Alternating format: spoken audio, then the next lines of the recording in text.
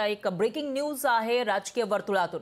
5 जागांवरून महायुतीमध्ये संभ्रम कायम आहे। महायुतीमध्ये अद्याप 5 जागांचा तिढा दिसून येतोय। ठाणे, नाशिक, रत्नागिरी, सिंधुदुर्ग जागेवरून तिढा दिसतोय। पालघर, वायव्य मुंबई या जागेवर सुद्धा संभ्रम कायम आहे।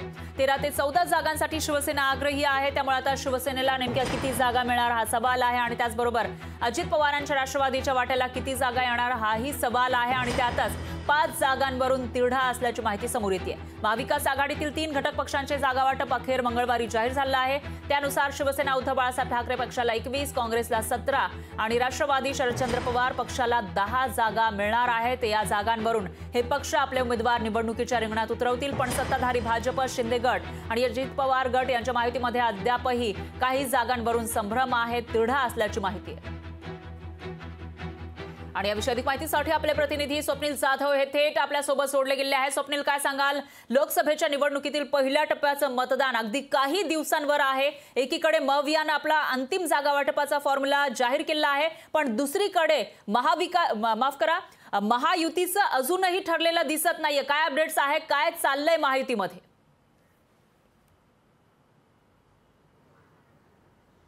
नक्कीच लोकसभा निवडणुकीसाठी सर्वात आधी तयारी ही महायुतीकडनं करण्यात आली होती आणि पहिल्यांदा जागा वाटपासुद्धा भाजपकडनं जाहीर झालं होतं। मात्र जागा वाटपामध्ये महाविकास आघाडीकडून सर्व जो फॉर्म्युला आहे तो अंतिम झालेला आहे। एकूणच सर्व जागा वाटप झालेला आहे। मात्र महायुतीमध्ये अद्याप काही जागांवरून रस्तिकेस सुरू आहे। अद्याप काही जागांवरून संभ्रम हा महायुतीच्या नेत्यांमध्ये आहे। एकूणच भाजपच्या अहवालामुळे खरं तर रामटेक असेल, यवतमाळ, वाशिम असेल, हिंगोली असेल या ठिकाणी शिवसेनेला आपला खासदार असूनही त्या ठिकाणी उमेदवार देता आलेले नाहीत। ह्या जागा गमावल्या असते। मात्र अनेक दुसरीकडे पाहिलं आपण तर 5 ते 6 जागांवरती अद्याप रस्तिकेस सुरू आहे। शिवसेना, शिंदे गट आणि भाजप यांच्यामध्ये रत्नागिरी, सिंधुदुर्ग असेल, नाशिक असेल, एकूण ठाणे असेल, पालघर असेल अशा जागा आहेत। यावरती अद्यापही एकमत हे महायुतीच्या नेत्यांमध्ये झालं नाहीये। त्यामुळे महाविकास आघाडीचं मागून सुद्धा ठरलेलं आहे, मात्र महायुतीमध्ये अद्यापही रस्तिकेस सुरू आहे। त्यामुळे या जागांवरून नक्की महायुतीमध्ये अद्यापही चर्चा सुरू आहे। या जागांमुळे महायुतीचं फिसकट आहे की मॅनेज होत आहे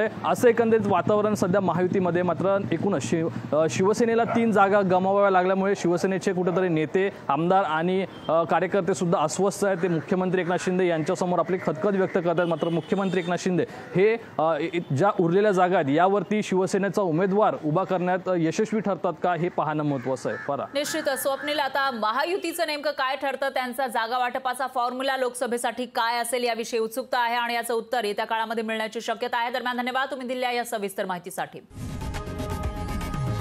लोकशाही मराठी ऐका, पहा, जागरूक रहा।